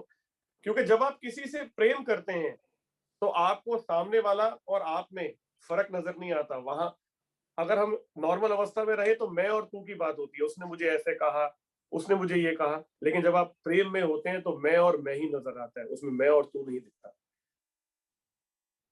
जो मैं हूं वही सामने वाला है, तो उसमें मैं और मैं की बात होती है जब आप प्रेम में होते हैं। और ये आत्मा का मूल स्वभाव है, ये उसका मुख्य गुण है। जब आप में प्रेम भरा हो तो आप केवल प्रेम ही आकर्षित करेंगे। जीवन में जो भी आप पाना चाहते हैं वो आपको पहले देना होगा। सोच के देखिए, यदि आप प्रेम ही दे रहे हैं और सिर्फ प्रेम कर रहे हैं तो आपके पास लौट कर प्रेम ही आएगा। जब आप किसी से प्रेम करते हैं तो आपको उसमें कोई बुराई ही नजर नहीं आती, उसके हर बुराई से भी आपको प्रेम होता है, क्योंकि आप उससे प्रेम करते हैं। नेक्स्ट, क्योंकि प्रेम के सामने सब कुछ हार जाता है दोस्तों, क्योंकि प्रेम में सब कुछ जीतने की शक्ति होती है। प्रेम बहुत ताकतवर है दोस्तों। आपने जीवन में किसी ना किसी से प्रेम जरूर किया है। आप खुद महसूस करें जो मैं कह रहा हूं, उसका एहसास करके देखें। जिनसे भी आप प्रेम करते हैं, कुछ लोगों को ईश्वर से प्रेम होता है, ऊपर वाले से प्रेम होता है। जब आप ऊपर वाले के लिए भोग लगाते हैं, कुछ बनाते हैं, तो आप ये देखते हैं कि उनको कौन सी चीजें प्रिय है। जब आप किसी से प्रेम करते हैं तो आप ये तक सोचते हैं कि उनको कौन सा कलर पसंद है, उनको खाने में क्या पसंद है, आप वही करने की कोशिश करते हैं। तो प्रेम में बहुत ताकत है। तो सबसे पहले जीवन में हमेशा एक बात का ध्यान रखें कि आत्मा का जो मुख्य गुण है वो है प्रेम, और सर्वप्रथम अपने आप से प्रेम करें। कुछ लोगों की आदत होती है कि हर चीज के लिए अपने आप को बहुत कोसते रहते हैं। मैं ये नहीं कर पाता, मैं ये नहीं कर पाता, मेरे से ये नहीं हो पाता। अपने आप को कष्ट देना, अपने आप को कोसना, अपने आप की निंदा करना, आलोचना करना बंद करें। सर्वप्रथम अपने आप से प्रेम करें। अपने परिवार से, अपने जो भी आपके परिवार में माता है, पिता है, पत्नी है, बच्चे हैं। जैसे कल चेतन सर ने बहुत ही शानदार बात कही थी कि आपका जो धर्म है वो बहुत सारे रोल निभाना है। पत्नी के प्रति, पति के प्रति, आप एक पुत्र भी हैं, आप एक पिता भी हैं, आप एक मित्र भी हैं। तो अपने परिवारजनों से प्रेम करें, अपने दोस्तों से प्रेम करें, अपने काम से प्रेम करें, और अपने देश से प्रेम करें। जिस देश में, जिस मिट्टी में हमने जन्म लिया, उससे प्रेम करें। ये पूरी दुनिया, पूरा संसार, इसमें सिर्फ प्रेम और प्रेम और प्रेम ही है। यदि आप इस थॉट में रहते हैं तो आप पाएंगे कि जीवन बहुत ही खूबसूरत है। लाइफ इज वेरी ब्यूटीफुल, क्योंकि आत्मा का जो मुख्य गुण है वो प्रेम है। एक बात और ध्यान रखें, जिसके पास जो होता है वही वो दूसरों को दे पाता है। सच। यदि आपके मन में प्रेम भरा हुआ है तो ही आप किसी को प्रेम दे पाएंगे। तो अपने मन को प्रेम से भर दें, हर पल इतना प्रेम कि आप सिर्फ और सिर्फ प्रेम ही दे पाए, आपके मन में किसी और चीज की जगह ही ना हो। क्योंकि आत्मा का मुख्य गुण प्रेम है दोस्तों, ये बात हमेशा याद रखें। और जो एनर्जी आप आकर्षित करेंगे वही एनर्जी लौट कर आपके पास आएगी। तो सवाल यह है कि आप सबसे पाना क्या चाहते हैं। यदि आप प्रेम पाना चाहते हैं तो प्रेम दीजिए, आप प्रेम करें सबसे। मैं बार बार आपसे कह रहा हूं, जैसे फूल का मुख्य गुण खुशबू देना है, बिच्छू का मुख्य गुण डंक मारना है, उसी प्रकार हम सब जीव आत्माएं जो हैं उनका जो मुख्य गुण है वो प्रेम है। जब आप ग्लेस को कर रहे हैं तो अपनी टीम से प्रेम करें, दूसरों में हमेशा संभावनाएं ढूंढें। हमें अक्सर लगता है इसमें ये ठीक नहीं है, इसमें ये ठीक नहीं है। एक बात हमेशा ध्यान रखें दोस्तों, लोग वो ही बनते हैं जैसा आप उन्हें देखते हैं। ये आपकी दृष्टि है, यदि दृष्टि बदल गई तो सृष्टि बदल जाएगी। अगर आप सृष्टि को बदलना चाहते हैं तो अपनी दृष्टि को बदलें। और यही काम ये मीटिंग कर रही है, यही काम ये मेडिटेशन करेगी, यही काम ये थीटा करेगा। आपकी दृष्टि बदलेगी तो आपके आसपास पूरी सृष्टि बदल जाएगी। अपनी टीम से प्रेम करें, अपने प्रोडक्ट से प्रेम करें जिसे आप यूज कर रहे हैं, अपनी कंपनी से प्रेम करें, अपनी अपलाइन से, अपनी डाउनलाइन से। यदि आप ऐसा करते हैं तो आप पूरी दुनिया जीत लेंगे। इसे करके देखें दोस्तों, हर पल सिर्फ और सिर्फ प्रेम, क्योंकि आत्मा का जो मुख्य गुण है वो है प्रेम। नेक्स्ट, उसी प्रकार हम सब इस बिजनेस में बहुत बड़ा अचीव करने के लिए आए हैं। और चेतन सर हमेशा एक बड़ी अच्छी बात बोलते हैं कि हमारा बिजनेस लीडरशिप का बिजनेस है, और जो लीडर होता है वो लीड करता है। लीडर के बहुत सारे गुण हैं जिनके ऊपर हम चर्चा करते रहेंगे इन मीटिंगों के दौरान, लेकिन लीडरशिप का जो सबसे मुख्य गुण है, जिस प्रकार आत्मा का मुख्य गुण प्रेम करना है, प्रेम है, उसी प्रकार लीडरशिप का जो मुख्य गुण है वो है पॉजिटिव रहना। कब? हर स्थिति में, हर हालात में, हर माहौल में, हर परिस्थिति में। क्योंकि परिस्थितियां तो कभी आपके अनुकूल होंगी और कभी आपके प्रतिकूल होंगी। कभी आपके फेवर में होंगी, कभी आपके खिलाफ होंगी, लेकिन उन परिस्थितियों में यदि आप सकारात्मकता रखते हैं तो ही आप एक लीडर बन सकते हैं। लीडर की पहचान उसकी पॉजिटिविटी से होती है, क्योंकि जो लीडर होता है दोस्तों, वो अपनी पॉजिटिविटी से हर परिस्थिति को, जो उसके विपरीत भी होती है, उसे एक अवसर में परिवर्तित कर देता है। जहां एक आम आदमी एक परिस्थिति को देखकर परेशान हो जाता है, लीडर हमेशा सकारात्मक रहता है और मुश्किल परिस्थितियों को भी अवसर के रूप में परिवर्तित करता है, क्योंकि लीडर हमेशा संभावनाओं में जीता है, उसके पास हमेशा पॉजिटिविटी रहती है। आप सोच के देखें, अभी बहुत सारे लोग हैं जिन्होंने आपके साथ इस बिजनेस को शुरू नहीं किया, जो आपकी टीम में आकर आने वाले टाइम पर बहुत तरक्की करने वाले हैं।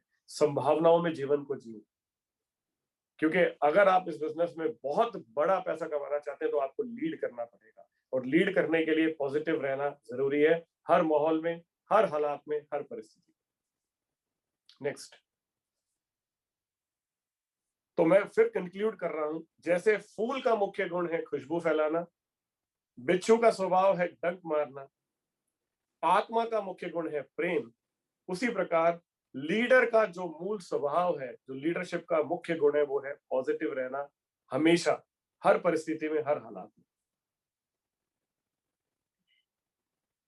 अपने जीवन को बदलने के लिए आपको केवल एक व्यक्ति की आवश्यकता है दोस्तों।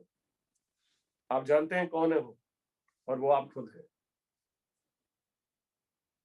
अंत में मैं आपसे यही कहूंगा कि आप हमेशा खुश रहें, मुस्कुराते रहें, स्वस्थ रहे। ईश्वर हम सबको स्वस्थ रखे, व्यस्त रखे एवं मस्त रखे। आप सबका बहुत बहुत धन्यवाद। अब मैं चाहूंगा चेतन सर से कि वो आपसे बात करें और जो अपने व्यूज है वो हम सब लोगों के साथ शेयर करें। Thank you very much. जय हिंद, जय गैलवे दोस्तों। Thank you so much sir.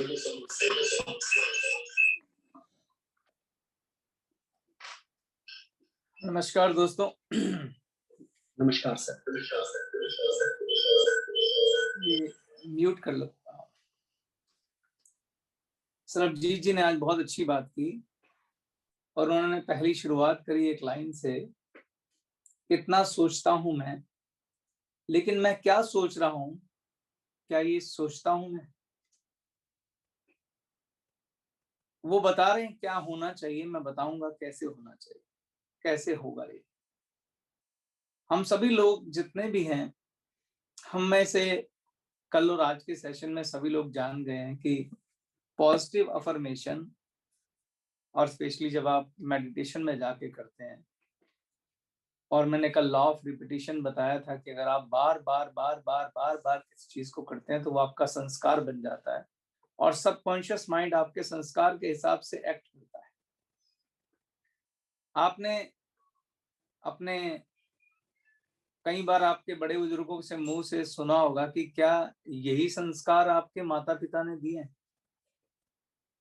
तो संस्कार क्या होता है, मैं वो आपको बताना चाहता हूँ। संस्कार का मतलब होता है कोई चीज जिसे आप बार बार रिपीट करते हैं और जो आपकी आदत बन जाए, उसे संस्कार कहते हैं। जैसे माता पिता जब छोटे बच्चा होता है उसको सिखाते हैं कि बेटा सुबह उठना है 6 बजे, और अगर वो बार बार सुबह 6 बजे उठेगा तो उसका संस्कार बनेगा सुबह उठने का। माता पिता सिखाएंगे कि सुबह उठते ही तूने बेटा भगवान की पूजा करनी है, वो बार बार अगर वो पूजा करेगा तो उसका संस्कार बनेगा पूजा करने का।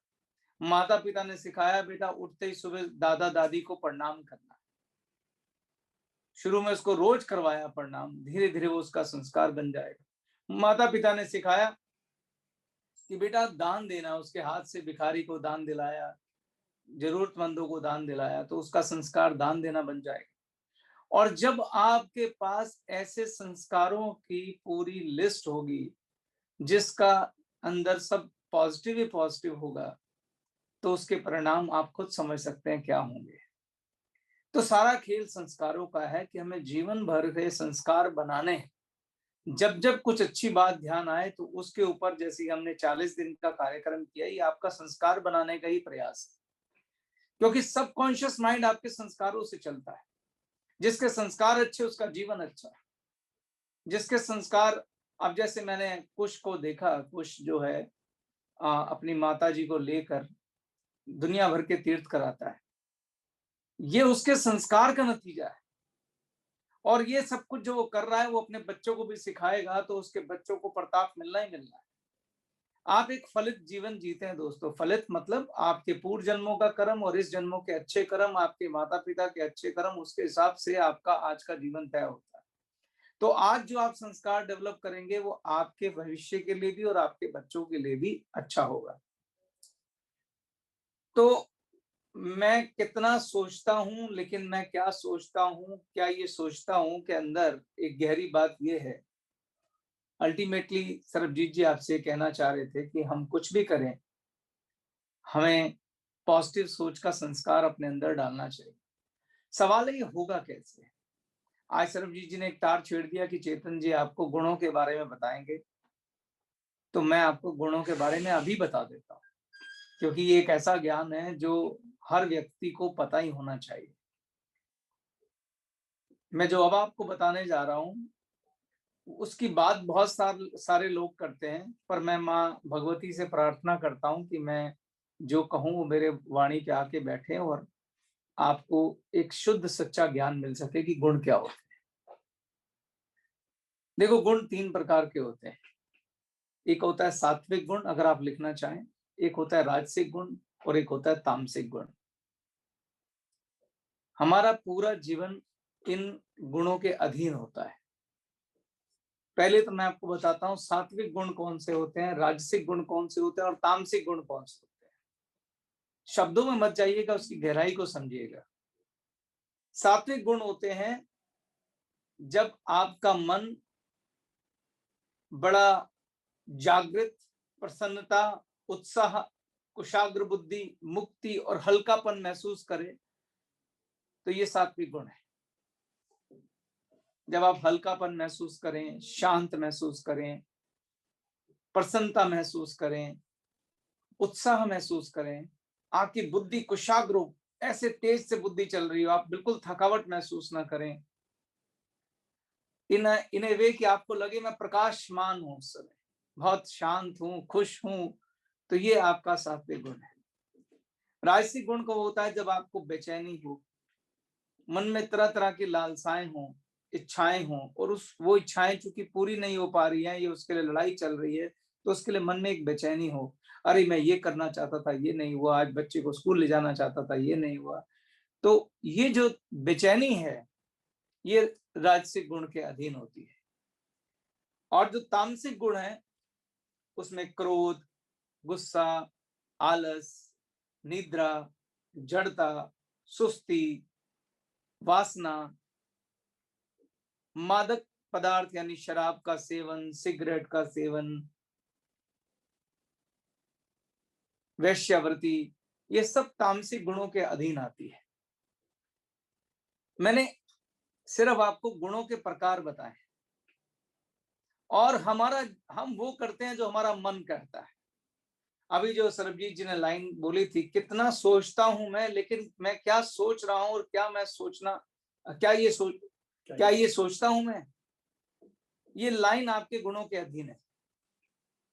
आप क्या सोचेंगे ये आपके गुण तय करेंगे, आप कैसे एक्ट करेंगे ये आपके गुण तय करेंगे। ये गुण आपके अंदर एक वृत्ति की तरह उबार लाते हैं। आपने देखा होगा ये तीनों अवस्थाएं हम लोगों में सब में आती हैं, लेकिन परमानेंट नहीं। कभी कभी जैसे आज हम बड़ा हल्का महसूस कर रहे हैं, बड़ा अच्छा महसूस कर रहे हैं, थोड़ी देर में कोई घटना घटेगी, हमें गुस्सा आ जाएगा, क्रोध आ जाएगा, बच्चे को थप्पड़ लगा देंगे, पत्नी से लड़ पड़ेंगे, किसी से झगड़ा कर लेंगे, ये तामसिक गुण के अधीन है। फिर कुछ थोड़ी देर बाद में होगा, ओ मेरा टारगेट पूरा नहीं हो रहा, मैंने सोचा था आज मैं ट्रेन पकड़ के जाऊंगा मगर आज ट्रेन बंद हो गई।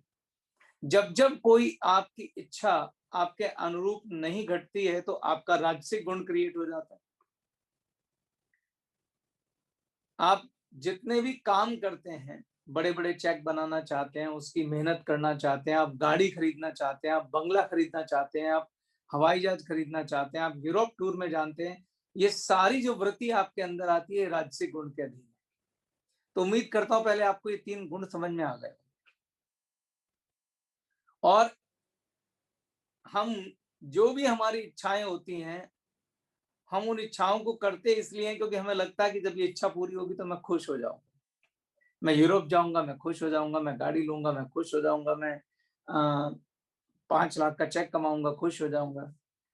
तो जो खुशी की अवस्था है वो सात्विक गुण से आती है।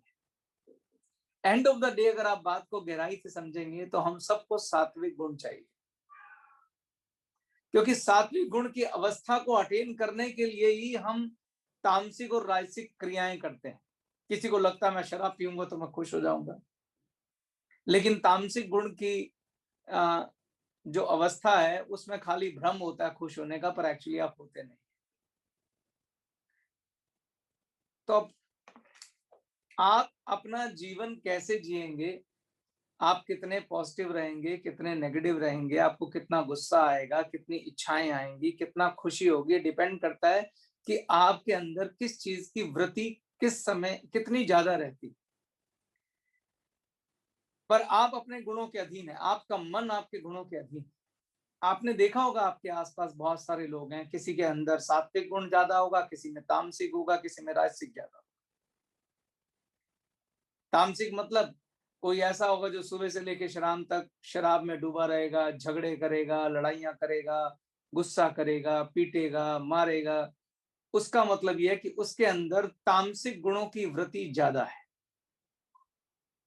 कोई है जो सुबह से शाम तक पैसे के लिए भागता रहेगा, बेचैन रहेगा, ये फोन उठा, वो फोन उठा, ऐसा कर, वैसा कर, बड़ी गाड़ी खरीदेगा। उसका मतलब यह है कि उसके अंदर राजसिक गुण की अधिकता है। और कुछ गुण है, कुछ लोग होंगे जो सारा दिन ईश्वर भक्ति में, साधना में, पूजा में, पाठ में, दान में, पुण्य में, पॉजिटिव थिंकिंग में, क्षमा करेगा, धैर्यवान होगा, गुस्सा नहीं करेगा, हमेशा प्रसन्न चित्त रहेगा, किसी भी घटना पे विचलित नहीं होगा। उसका मतलब है उसमें सात्विक गुणों की अधिकता है। हम में से सब लोग अपने मैसेज में बताइए कि हम चाहते क्या हैं। सबसे ज्यादा सात्विक गुण अपने अंदर चाहते हैं, राजसिक चाहते हैं, तामसिक चाहते हैं। आपके अंदर तीनों गुण उपस्थित रहेंगे, आप तीनों गुणों को गायब नहीं कर सकते, लेकिन सवाल यह कि किसकी अधिकता होनी चाहिए और कौन सा कम होना चाहिए। ये आपको भगवान ने दिया तरीका, मैं बताऊंगा कैसे होगा, लेकिन आप सोचिए कि आपको सबसे ज्यादा किस गुण की आवश्यकता है।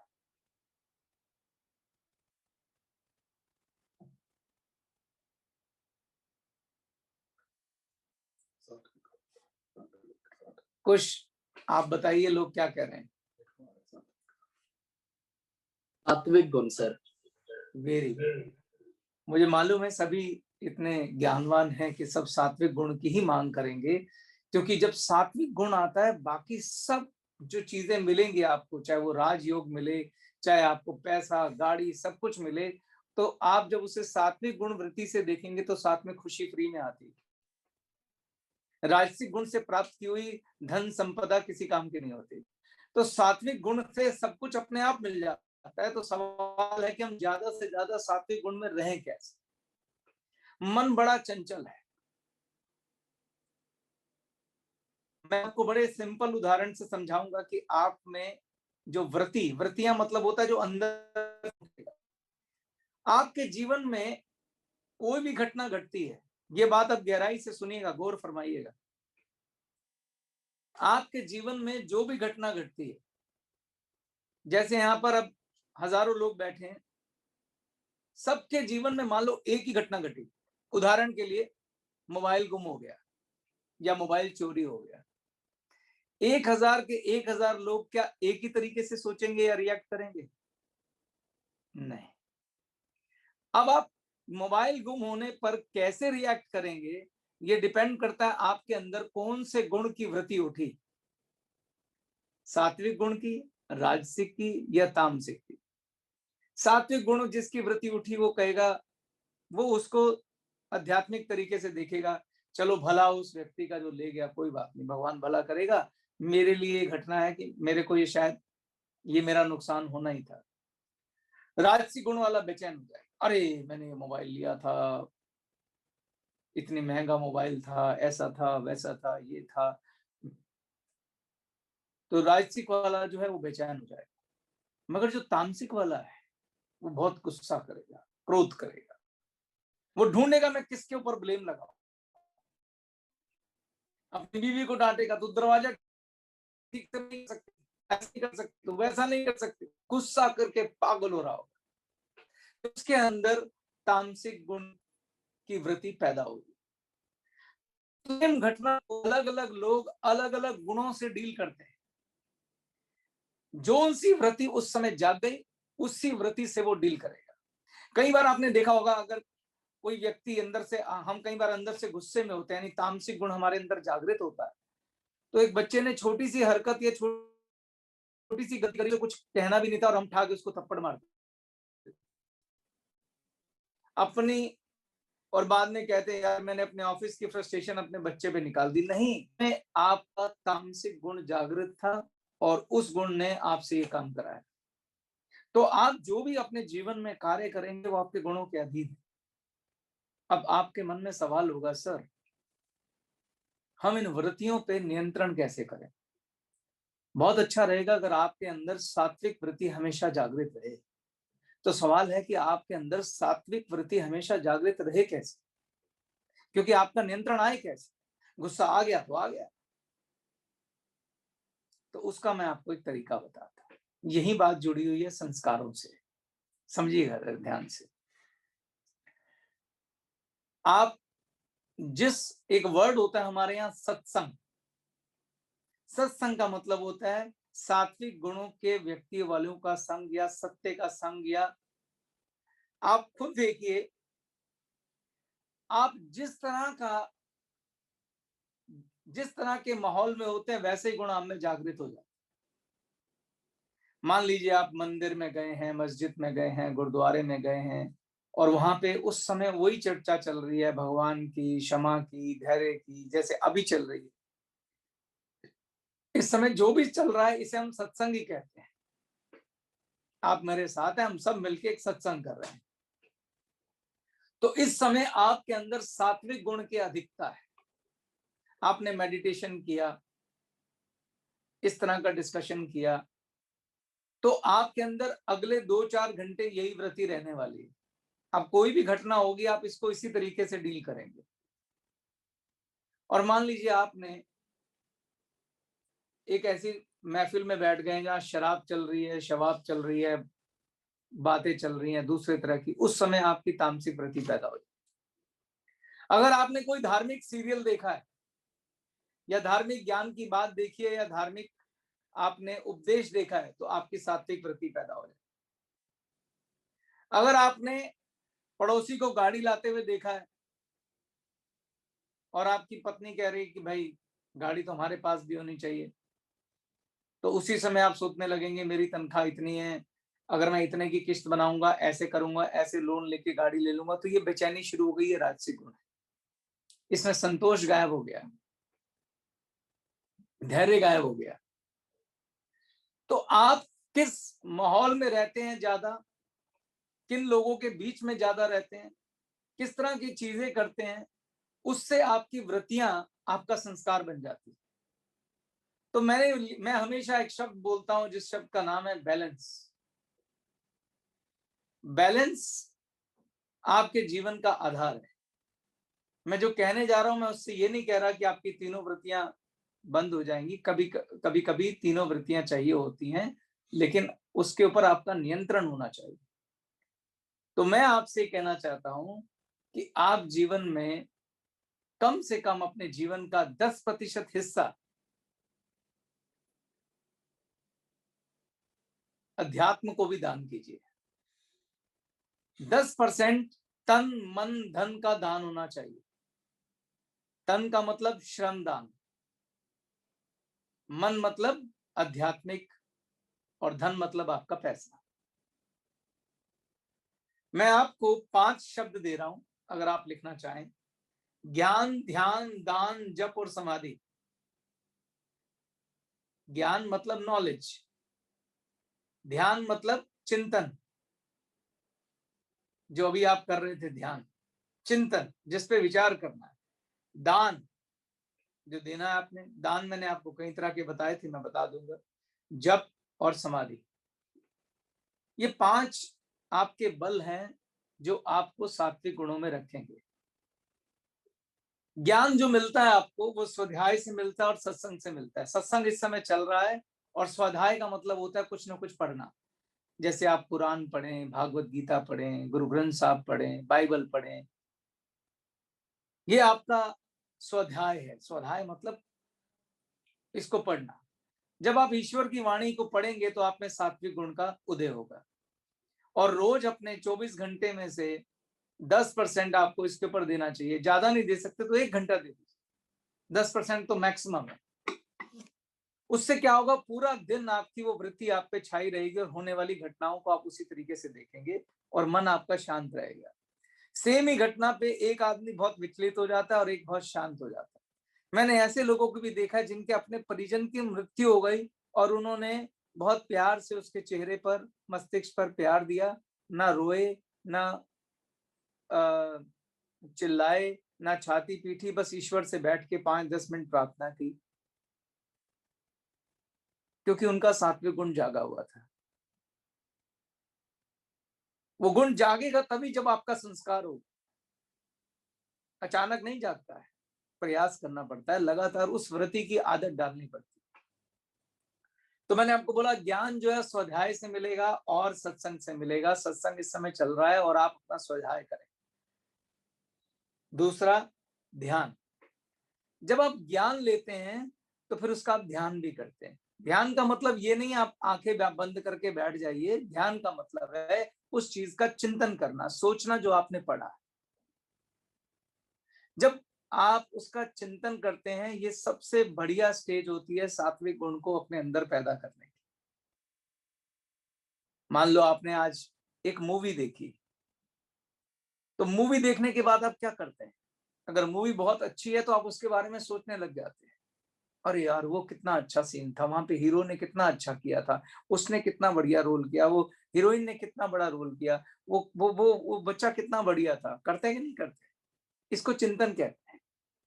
तो जब आप स्वाध्याय या सत्संग करके आते हैं तो आधा घंटा बैठो आराम से और चिंतन करो उस वाणी का जो आप पढ़ के आए। उसके कंक्लूजन निकालो, मन में बात करो कि मुझे भी अपने अंदर ये सब चेंज लाने हैं। ये अफर्मेशन से चिंतन जो है। उसके बाद आता है दान। जब आपका ज्ञान का आधार होगा और ध्यान का आधार होगा तो आप दान करिए। दान से ज्यादा खुशी किसी चीज में नहीं मिलती।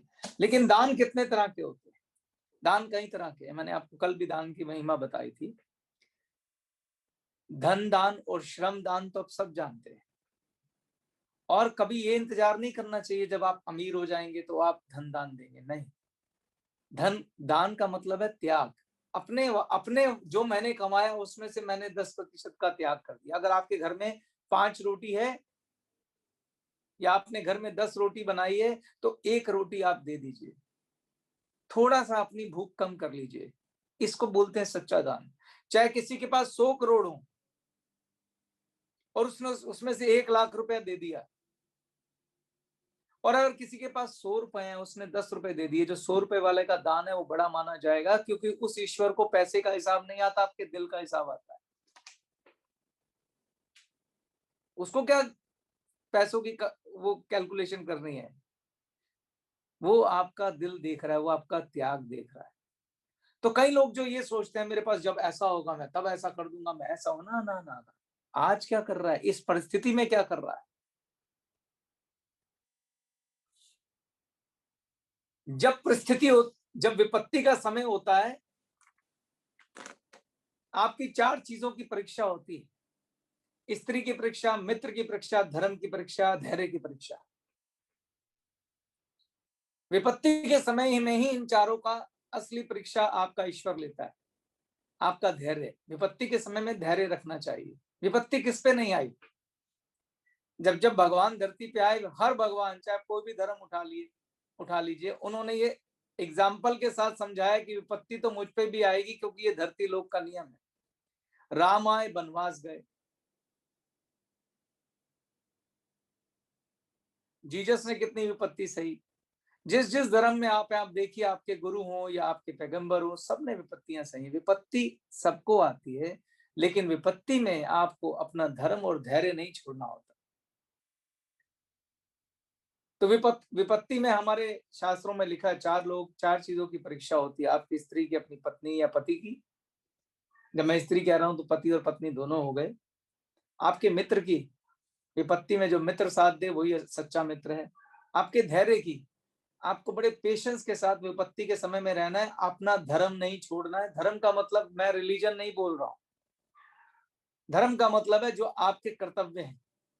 अगर पुत्र धर्म है वो निभाइए, चाहे विपत्ति आ गई। आप ये नहीं कह सकते कि मेरे पैसे खत्म हो गए माँ, अब मैं आपको और कुछ नहीं खिला सकता। नहीं नहीं नहीं, वहां पे आप बोलोगे माँ जितना मेरे पास है वो तेरा भी है। विपत्ति के समय में आप अपने पुत्र होने का धर्म नहीं छोड़ सकते, पिता होने का धर्म नहीं छोड़ सकते, अपने दानी होने का धर्म भी नहीं छोड़ सकते।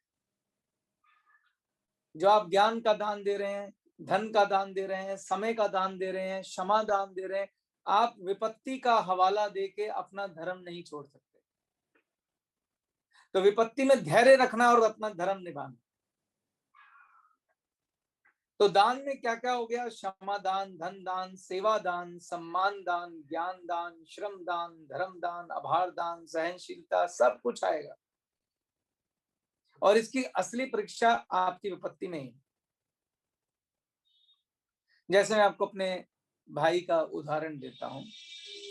ये विपत्ति के सामने सबका वो बुरा वक्त आया है, बहुत सारे लोगों का बुरा वक्त आया है पैसे की दृष्टि से। तो हमारे एक कजन भाई हैं जिन्होंने एक गाय को गोद लिया हुआ था और वो 3,000 रुपये महीना देते थे। उनकी नौकरी चली गई तो उनका मुझे फोन आया कि यार अब मैं गाय का जो 3,000 रुपया वो नहीं कर पाऊंगा, लेकिन वो गाय हमारी माँ है, तो चूंकि जिस मैं सेविंग में अपने लिए खाऊंगा तो उतना तो उन्हें भी दूंगा, तो मेरा 3,000 का 500 रुपये कर दो। तो मैंने उसे बोला, मैं कहा अगर नौकरी नहीं है तो 500 रुपये भी छोड़ दो, बाद में कर लेना। तो उसने कहा ना, मैं अगर उसको अपनी माँ मानता हूं तो वो मेरी माँ है, तो वो भूखी नहीं मरेगी, जितनी रोटी मैं खाऊंगा उसकी भी खाऊंगा। मैं गदगद हो गया उनके आगे। तो ये एक असली उदाहरण था विपत्ति में परीक्षा का। उस परीक्षा में ईश्वर जो उनको देख रहा है उसका फल उसको मिलना ही है। ठीक इसी तरीके से आप जहां भी कोई अच्छा कार्य कर रहे हैं, जैसे उन्होंने गाय को अपना अच्छा कार्य बनाया, हर एक का अपना अपना अच्छा कार्य करने का तरीका है। कोई वृद्धों की सेवा कर रहा है, कोई अनाथालय में कर रहा है, कोई वैसे सेवा कर रहा है। तो आप अपनी सेवा को, क्योंकि ईश्वर ने बोला कि 10% यानी जो भी आप कमाते हैं उसमें से जो आपको लगता है यथा श्रद्धा आपको दान देना ही चाहिए।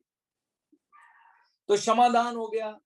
क्षमादान का मतलब है कि दूसरों की गलतियों को जो माफ कर देता है। जीसस ने बहुत अच्छा सिखाया उसके अंदर बाइबल में क्षमादान। हमारे पूरे हिंदू शास्त्रों में भी ये सब क्षमादान का भरा पड़ा है कि दूसरे की गलती पे क्षमा करने वाला बहुत दिलेर होता है।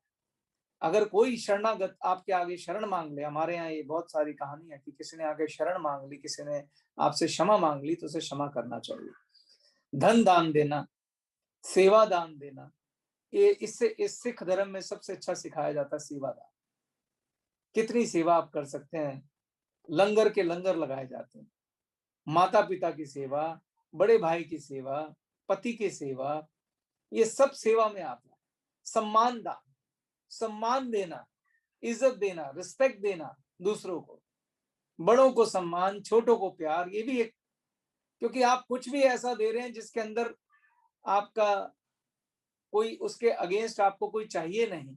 निष्काम भाव से जो सेवा की जाती है, निष्काम भाव से जो दान दिया जाता है, जिसे आप देके भूल जाएं, कभी किसी को ये ना याद दिलाएं कि तू भूल गया, तेरे लिए मैंने क्या किया था, ना, फिर उस दिन वो दान खत्म। जैसे मैं नाम नहीं लूंगा, मैं एक व्यक्ति को जानता हूं जो दान के बाद सुनाने में माहिर है कि मैंने दान किया। मैं नाम नहीं लूंगा, लेकिन ये उदाहरण प्रस्तुत करना जरूरी। एक दिन उन्होंने मेरे से बात करी कि बड़े दुखी से परेशान थे। मैंने कहा क्या हुआ भाई? कह रहे हमारे घर यार एक मेड आती है। मैंने उसके लिए क्या नहीं किया।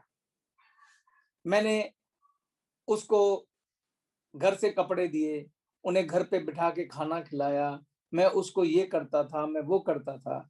और कह रहा मैंने सिर्फ 2 दिन के लिए उसको बोला कि तू छुट्टी मत करियो, मेरे घर में ये सिचुएशन है, और वो आई नहीं। तो मैंने उससे पूछा कि तू ये उससे उस दान के बदले चाहता था या तू वैसे ही चाहता था? मैंने कहा अगर तूने उस दान के बदले ये मांग कर ली तो फिर तेरे ट्रांजैक्शन है दान के सारा। मैंने कहा वो उसका धर्म है कि उसने तेरी मदद नहीं की, ये तेरा धर्म है, तूने मदद की। दोनों के धर्म अलग अलग चल रहे हैं और ब्रह्मांड में ईश्वर का उसके हिसाब से उसको मिल जाना है, तेरे हिसाब से तुझे मिल जाना है। आपस की कोई ट्रांजैक्शन नहीं होती।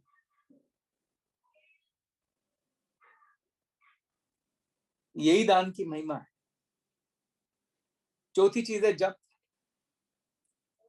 तो जिस भी ईश्वर को आप मानते हैं, जिस भी भगवान को मानते हैं, उसका जब आप जप करेंगे तो वो आपका संस्कार बनेगा। जप होता ही इसलिए कि जब भी कोई विपत्ति आई सिर्फ उसका मुंह से नाम निकले। जब उसका मुंह से नाम निकलेगा सात्विक गुण एकदम उदय हो जाए। और आखिरी चीज है समाधि, मेडिटेशन। अब बहुत ही गहरी बात कहने जा रहा हूं। जब आपके पास ज्ञान होगा, सच्चा ज्ञान, ईश्वरीय ज्ञान, जब आपके पास ध्यान होगा, दान होगा, जप होगा, आपके अंदर सात्विक गुणों की भरपूरता होगी, उस समय जब आप मेडिटेशन करेंगे और ईश्वर से साक्षात्कार करेंगे तो आप क्या मांगेंगे?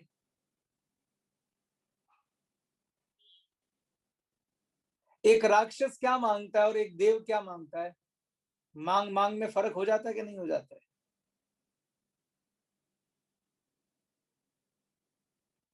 तो जब आप इन ज्ञान, ध्यान, दान, जप, समाधि इनके साथ चलते हैं तो सात्विक गुणों की अधिकता हो जाती है। और फिर आपका जीवन में जो वृत्ति आपकी बनती है और सात्विक बनती है, जिसका रिजल्ट ये मिलता है कि वरदान ही वरदान की बौछार हो जाती है। आपने देखा होगा कई लोगों के पास धन होता है मगर घर में दूसरी तरह की विपदाएं हैं, बीमारियां। मैं एक परिवार को जानता हूं जो करोड़पति, लेकिन बहुत दुखी, बहुत दुखी। बच्चे नालायक निकल गए, बच्चा ड्रग एडिक्ट हो गया, सुबह से लेकर शराब में डूबा रहता है। तो कई बार उनकी मुझसे बात होती है तो मैंने कहा ये आपने सिर्फ और सिर्फ अपना राजसिक गुण पे ध्यान दिया। सात्विक गुण के बगैर आप आनंद नहीं ले सकते खुशियों का। आप राजसिक गुण आपको पैसा दे देगा, दौलत दे देगा, लेकिन सात्विक गुण नहीं होगा तो आप खुशी नहीं हासिल कर सकते।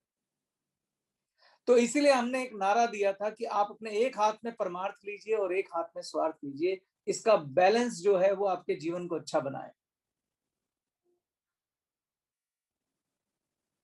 तो ग्लेज आपको खाली ये नहीं सिखाती है कि आप दौलत कमाइए, दौलत कमाइए, बड़े बड़े चेक कमाइए, बड़े बड़े यूरोप टूर पे जाइए। ये आधी बात है। पूरी बात यह है कि साथ में परमार्थ को भी लेके चलिए। बस मेरी आज यही बात खत्म करते हैं, फिर आगे बात करेंगे। धन्यवाद। Thank you very much.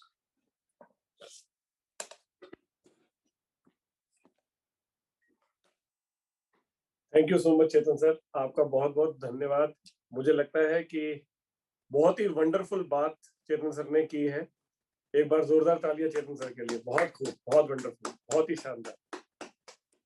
और ईश्वर का बहुत बहुत धन्यवाद जो ये कार्यक्रम उन्होंने शुरू कराया है।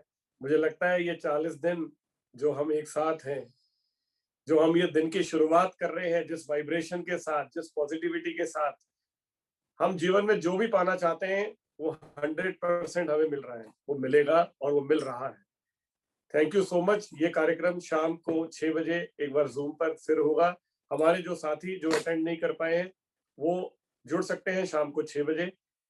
दोबारा मुलाकात होगी कल सुबह 10 बजे। तब तक के लिए आप सबको मेरा नमस्कार। खुश रहें, स्वस्थ रहें, व्यस्त रहें, मस्त रहें। Thank you very much. जय हिंद, जय गैलवे।